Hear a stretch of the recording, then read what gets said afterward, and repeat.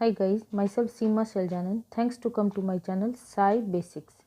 In this video, I will discuss about regulation of gene expression in prokaryotes. अगर syllabus की बात करें तो ये BSc second year third semester first paper unit third हमारा start हुआ है। ठीक है, ये एक रिक्वेस्टिंग वीडियो था ओपेरॉन के लिए, बट ओपेरॉन डायरेक्ट आपको समझ में नहीं आएगा। उससे पहले आपको थोड़ा सा रेगुलेशन ऑफ जीन एक्सप्रेशन देखना पड़ेगा। उसके बाद हम चलेंगे लैकोपेरन एंड ट्रिप्टोफान ओपेरन्स इन इकोलाई। आइए देखते हैं रेगुलेशन ऑफ जीन एक्सप्रेशन क्या होता है। बच्चों, मैंने positive regulation, negative regulation and housekeeping genes इस तीनों का शॉर्ट्स भी अपलोड कर दिया है। फॉर रिविजन पर्पस आप वहाँ देख सकते हैं। तो रेगुलेशन ऑफ जीन एक्सप्रेशन क्या होता है?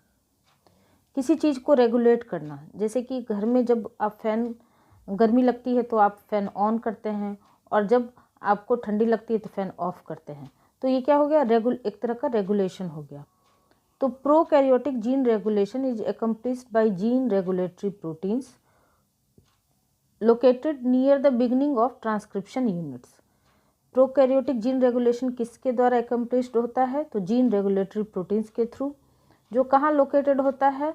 तो ट्रांसक्रिप्शन जहाँ से स्टार्ट होता है उससे पहले, ट्रांसक्रिप्शन यूनिट के पहले, बिगनिंग। ये कहाँ से? आप जब फाइन स्ट्रक्चर ऑफ जीन सुने होंगे डिटेल वीडियो, इसीलिए मैं कहती हूँ कि एक वीडियो दूसरे से कनेक्टेड होते हैं। तो आप सीक्वेंस में वीडियो देखा कीजिए तो आपका कॉन्सेप्ट और भी अच्छे से क्लियर होता चला जाएगा। तो ट्रांसक्रिप्शन यूनिट क्या होता है, ये सब कुछ मैंने अच्छे से डिटेल में समझाया है। These gene regulatory proteins are products of regulatory genes act as activators and repressors. Activator क्या होता है, रिप्रेसर क्या होता है, ये भी मैंने समझाया है। एक्टिवेटर मीन्स किसी चीज़ को एक्टिवेट करना, रिप्रेसर मीन्स किसी चीज़ को सप्रेस करना, रिप्रेस करना, प्रिवेंट करना, रोक देना। ठीक है, तो binding of activator and repressor genes can regulate positively and negatively. ये जो बाइंडिंग, एक्टिवेटर और रिप्रेसर की जो बाइंडिंग है वो रेगुलेट करता है किस तरह से? किसी भी जीन को पॉजिटिवली एंड निगेटिवली। तो अब हम देखेंगे कि पॉजिटिव और निगेटिव रेगुलेशन क्या होता है। ये हो गया छोटा सा इंट्रोडक्शन आपका किसके बारे में? Regulation of gene expression in prokaryotes. तो पॉजिटिव रेगुलेशन, नाम से ही कुछ पॉजिटिव समझ में आ रहा है। Binding of activator protein to its target DNA site. जब एक्टिवेटर प्रोटीन अपने टारगेट डीएनए साइट पर बाइंड करता है तो क्या होता है? Increases the rate of transcription, transcription के रेट को इंक्रीज कर देता है, और इसी को हम क्या कहते हैं? Positive regulation. Because presence of an activator required for increased rate of transcription, क्योंकि जब एक्टिवेटर होता है, प्रेजेंस ऑफ एक्टिवेटर कब रिक्वायर होता है? जब ट्रांसक्रिप्शन को इंक्रीज करना होता है। Activators increases transcription of a gene in response to an external stimulus. जब बाहर से कोई स्टिमुलस आता है और तब हमें ट्रांसक्रिप्शन रेट को इंक्रीज करना होता है, तब वहाँ पर एक्टिवेटर आके बाइंड करता है।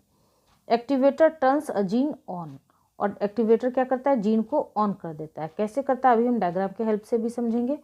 तो ये क्या हो गया? Positive regulation. पॉजिटिव रेगुलेशन में क्या काम करता है? आपका एक्टिवेटर काम करता है। एक्टिवेटर क्या करता है? तो ट्रांसक्रिप्शन के रेट को इंक्रीज कर देता है, और जब ट्रांसक्रिप्शन के रेट को इंक्रीज करेगा तो ऑब्वियस है कि ट्रांसलेशन प्रोसेस भी बहुत अच्छे से होगा, और तब ये एक्टिवेटर क्या करता है? जीन को ऑन कर देता है। अब आइए निगेटिव रेगुलेशन क्या होता है। नाम से ही पता चल रहा है कुछ negative. Means binding of repressor protein to its target DNA site prevents a gene from being expressed. Gene को एक्सप्रेस होने से रोकता है, प्रिवेंट कर देता है। Because binding of a repressor prevents a gene expression referred as negative regulation. जब किसी चीज़ को कोई रोक देता है, सप्रेस कर देता है, रिप्रेस कर देता है, तो ऑब्वियस है कि वो निगेटिव काम कर रहा होता है, तो उसको क्या कहेंगे? Negative regulation.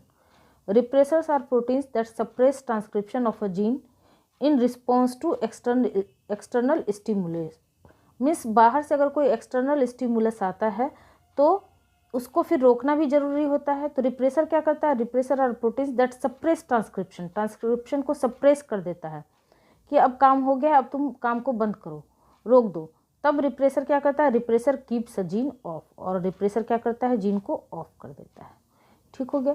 ये क्या हो गया? Positive and negative regulation. Positive में आपका एक्टिवेटर काम करता है, निगेटिव में रिप्रेसर काम करता है।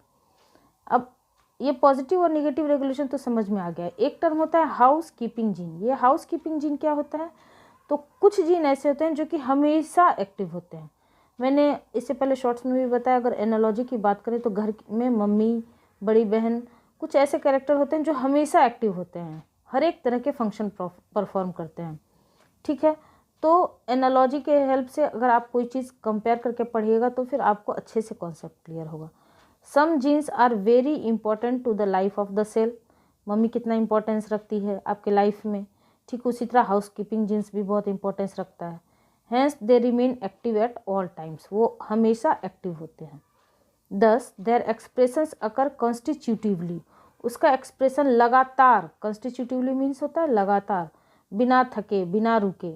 There expressions occur constitutively, that is they are expressed at a reasonably constant rate. वो हमेशा कैसे एक्सप्रेस होते हैं, तो रीजनेबली कॉन्स्टेंट रेट में। There is no need to regulate it, thus these are referred to as house keeping gene. इन्हें regulate करने की ज़रूरत नहीं होती है और इसलिए इसे क्या कहा जाता है, हाउस कीपिंग जीन। अगर एग्जाम्पल की बात करें तो genes encoding enzymes of glycolysis. Glycolysis चाहे आपका एरोबिक रेस्पिरेशन हो या फिर एरोबिक रेस्पिरेशन, उसके जो एंजाइम्स होते हैं वो हमेशा एक्टिव होते हैं। All types of nucleated cells in multicellular eukaryotes. अगर मल्टीसेलुलर यूकैरियोट की बात की जाए तो जो हमारे जितने तरह के न्यूक्लिएटेड सेल्स होते हैं वो भी एग्जाम्पल में आते हैं आपके किसके, हाउस कीपिंग जीन के। अब आपको तो पता है, ये हो गया positive regulation, negative regulation and house keeping gene. Positive में एक्टिवेटर काम करता है, निगेटिव में रिप्रेसर काम करता है और हाउस कीपिंग जीन्स हमेशा एक्टिव होता है, कॉन्स्टिट्यूटिवली मैनर में काम करता है। ये कुछ कीवर्ड्स होते हैं जिन्हें आपको ध्यान रखना चाहिए। और आपको तो पता है कि मेरा कोई भी कंटेंट या फिर कोई भी वीडियो बिना डायग्राम के कंप्लीट हो ही नहीं सकता है। तो आइए देखते हैं सिंपल सा, simplest structure of regulatory gene. Structure of regulatory gene, तो ये आपको डीएनए स्ट्रैंड दिख रहा है, डबल स्ट्रैंडेड डीएनए है, ठीक है, डबल स्ट्रैंडेड डीएनए। उसमें आपको यहाँ से यहाँ तक आपको क्या दिख रहा है, रेगुलेटरी जीन। रेगुलेटरी जीन को आर, यहाँ देखिए ये आर या फिर आई से भी डिनोट किया जाता है। उसके बाद आपको क्या होता है, प्रमोटर रीजन होता है, फिर ऑपरेटर होता है। और ये ABCD मैंने इसलिए लिखा है कि ये है स्ट्रक्चरल जीन, ठीक है। अगर यहाँ पर प्रमोटर के पास एक्टिवेटर आके बाइंड करता है और एक्टिवेट करता है तो ये स्ट्रक्चरल जीन क्या होता है, ऑन हो जाता है। और जब ऑन हो जाता है तो फिर पॉजिटिव रेगुलेशन हो गया। और अगर रिप्रेसर बाइंड करता है तो क्या होता है, ये ऑफ हो जाता है। स्ट्रक्चरल जीन को क्या कर देता है, ऑफ कर देता है। कैसे ऑफ करता है, तो ट्रांसक्रिप्शन को रिप्रेस कर देता है। अभी मैं नीचे भी डायग्राम के हेल्प से समझाऊंगी।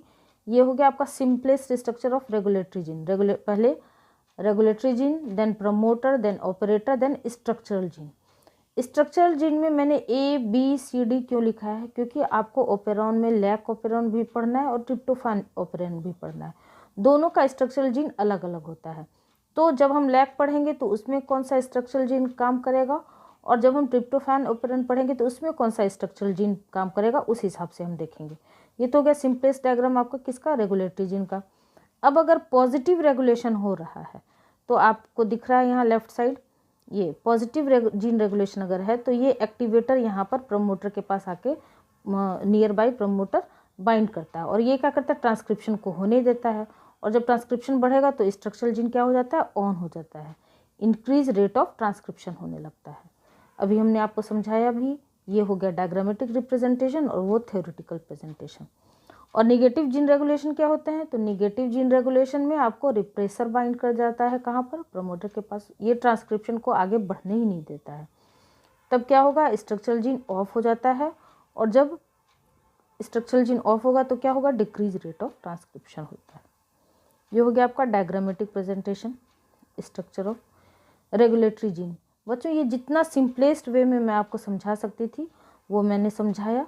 और अगर मैं डायरेक्ट ओपेरॉन पे चली जाती तो फिर आपको कुछ समझ में नहीं आता, क्योंकि ये जो स्ट्रक्चर है आपका रेगुलेटरी जीन का, इसको समझना ज़रूरी है। आर पॉज, पहले R, then P, then O, then S, means सबसे पहले regulatory gene, then promoter, then operator, then structural gene. अगर पॉजिटिव रेगुलेशन है तो आपका एक्टिवेटर काम करता है, अगर निगेटिव रेगुलेशन है तो रिप्रेसर काम करता है, ठीक है। अगर पॉजिटिव रेगुलेशन है तो स्ट्रक्चरल जीन को ऑन कर देता है, अगर निगेटिव रेगुलेशन है तो स्ट्रक्चरल जीन को ऑफ कर देता है। ये हो गया आपका क्या, regulation of gene expression in prokaryotes. अब मैं इसके बाद लैक ऑपेरन और ट्रिप्टोफैन ऑपेरन आपको बताऊंगी, ठीक है। शॉर्ट्स की बात की जाए तो मैंने पॉजिटिव रेगुलेशन, नेगेटिव रेगुलेशन और हाउस कीपिंग जीन के बारे में अच्छे से एक्सप्लेन कर दिया है। और ये स्ट्रक्चर आपको यहीं से समझना पड़ेगा, क्योंकि 1 मिनट के शॉर्ट्स में इस स्ट्रक्चर को एक्सप्लेन करना थोड़ा सा मुश्किल है। वैसे मैं कोशिश करूँगी जैसा भी होगा। तो बच्चों, अगर आपको मेरा ये पढ़ाने का तरीका या एक्सप्लेनेशन पसंद आता हो तो please like, share and subscribe जरूर कर दीजिएगा। और कुछ भी सजेशन देना हो तो कमेंट सेक्शन में ज़रूर बताइएगा। अपने दोस्तों में भी शेयर कीजिएगा ताकि उनकी भी हेल्प हो जाए, ठीक है। मिलते हैं हमारे नेक्स्ट वीडियो में, तब तक के लिए थैंक यू।